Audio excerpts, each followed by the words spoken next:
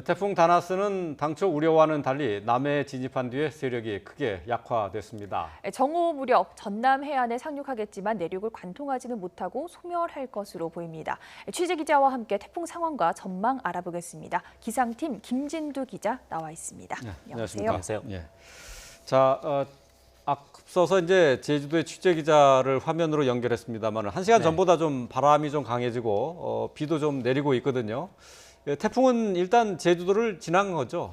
태풍이 세력이 좀 강하다면 같은 위치, 그러니까 같은 위도를 지날 때는 세력이 급격히 약해지고 비바람도 약해집니다. 예. 태풍의 세력이 그다지 강하지 않기 때문에 원래는 현재 태풍의 위치가 제주도의 같은 위도에서 조금 올라왔습니다. 그러니까 이 진도와 제주도를 비교를 하자면 제주도에서는 멀어지고 진도로는 가까이 접근하는 그런 상황이거든요. 예. 따라서 제주도는 비바람이 좀 약화되고 진도는 오히려 비바람이 강해지는 그런 특성을 보여야 되는데 지금 현장을 봤을 때는 제주도는 바람이 좀 강해지고 예. 진도는 비바람이 좀 전시간보다 좀 약해지는 그런 추세를 보이고 있거든요. 예, 예. 그만큼 태풍의 세력이 급격히 약화되면서 제주도를 지나 내륙을 향해서 해안가를 향해서 이동을 하고 있다 이렇게 보시면 될 것 예. 같습니다.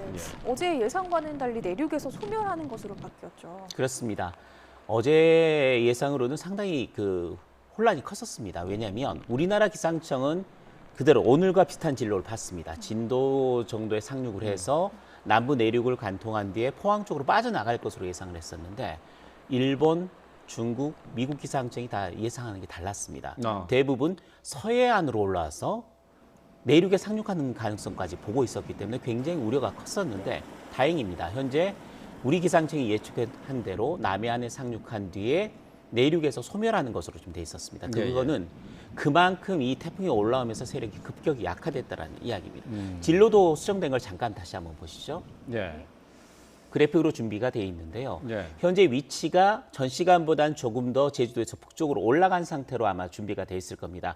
그래서 제주도 북쪽에 태풍의 위치가 현재 위치가 찍혀 있고요. 예. 그리고 진도 쪽으로 향해 가고 있는 모습을 볼 수가 있습니다. 현재 속도대로라면 초속 17km, 시속 17km 정도 속도로 북동진을 하고 있기 때문에 진도의 상륙은 오늘 정오쯤, 예. 그리고 내륙에는 3시 이전에 소멸하는 것으로 그렇게 예상을 하고 있는데 이게 중심 부근의 초속 17m 이하로 바람이 약해지면 태풍으로서의 일생을 마감을 하게 됩니다. 예. 근데 현재 바람이 17m 근처에서 불고 있거든요. 그러니까 현재 예상대로라면 진도에 상륙한 뒤에 전남 내륙에서 소멸하는 것으로 돼 있지만 올라오면서 세력이 더 약해진다면 해상에서 상륙하지도 못하고 끝날 가능성도 있기 때문에 태풍센터, 기상청 태풍센터에서 굉장히 면밀하게 태풍의 세력을 지금 감시를 하고 있는 상황입니다.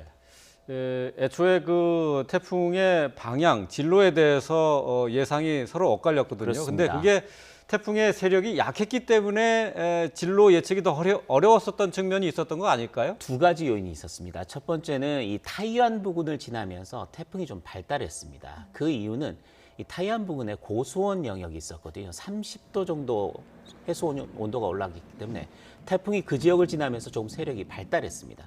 발달하면 속도가 느려집니다. 속도가 느려지는 상황에서 발달하고 있었기 때문에 이게 어디로 갈 건가가 굉장히 혼란스러웠던 겁니다. 예.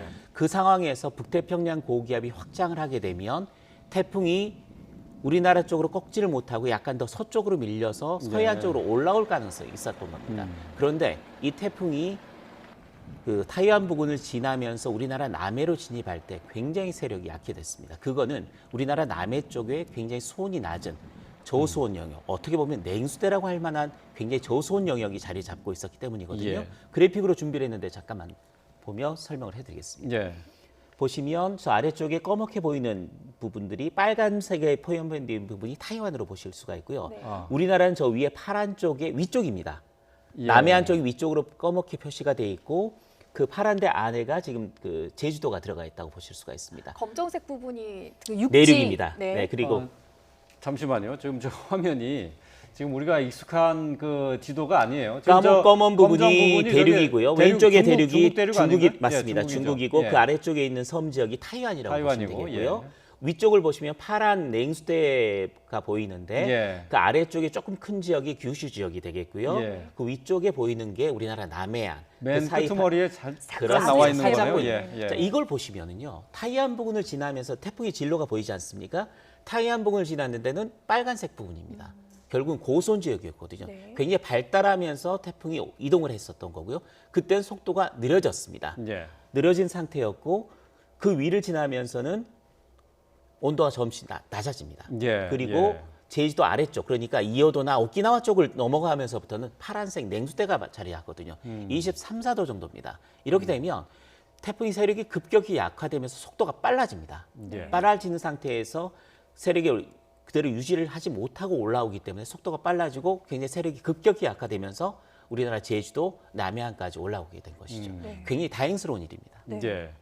자, 그렇다면은 이 냉수대 때문에 그 태풍의 세력이 약화됐다고 하는데 내륙에 진입하지도 못하고 소멸될 가능성도 있다고요. 앞서서 말씀드렸듯이 현재 예상대로라면 기상청은 최악의 상황을 봐야 되니까요. 진로상으로 봤을 때는 진도의 정오쯤 상륙, 그리고 내륙에는 2시, 3시 이쯤에는 소멸할 것이다. 왜냐하면 내륙을 들어오면서부터는 에너지를 공급받지 못하기 때문에 급격히 더 약해집니다. 그러니까 네. 바로 소멸할 가능성도 있는데 아까 보시면 아시다시피 남해 수온이 워낙 낮습니다. 네. 에너지를 공급받지 못하고 있기 때문에 상륙하지도 못하고 흐지부지 사라질 가능성도 있다라는 이야기죠.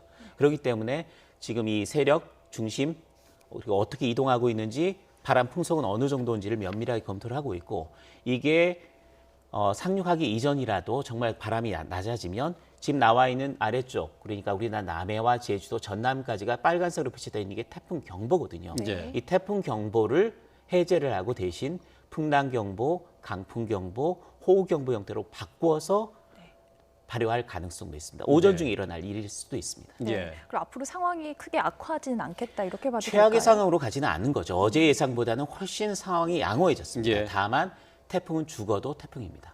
예. 굉장히 자, 강한 저기압 형태가 되기 때문에 제주도와 남부지방까지는 강풍 그리고 호우에 대한 대비는 필요합니다. 현재 제주 산간과 남해안, 지리산 부근은 최고 250mm, 남부 내륙까지도 최고 150mm 정도의 비가 예상이 되고 있고 현재 해상 쪽 그리고 남해안 쪽과 남부 내륙 일부 지방까지도 초속 10에서 15m 정도의 강한 바람이 불고 있기 때문에 예. 태풍이 소멸되고 열대 저압으로 되고 비가 어느 정도 상황이 종료되기 전까지는 경계를 늦추지 말아야 될 것 같습니다. 예. 왜냐하면 어제와 오늘 비가 너무 많이 내렸습니다. 예, 그렇군요.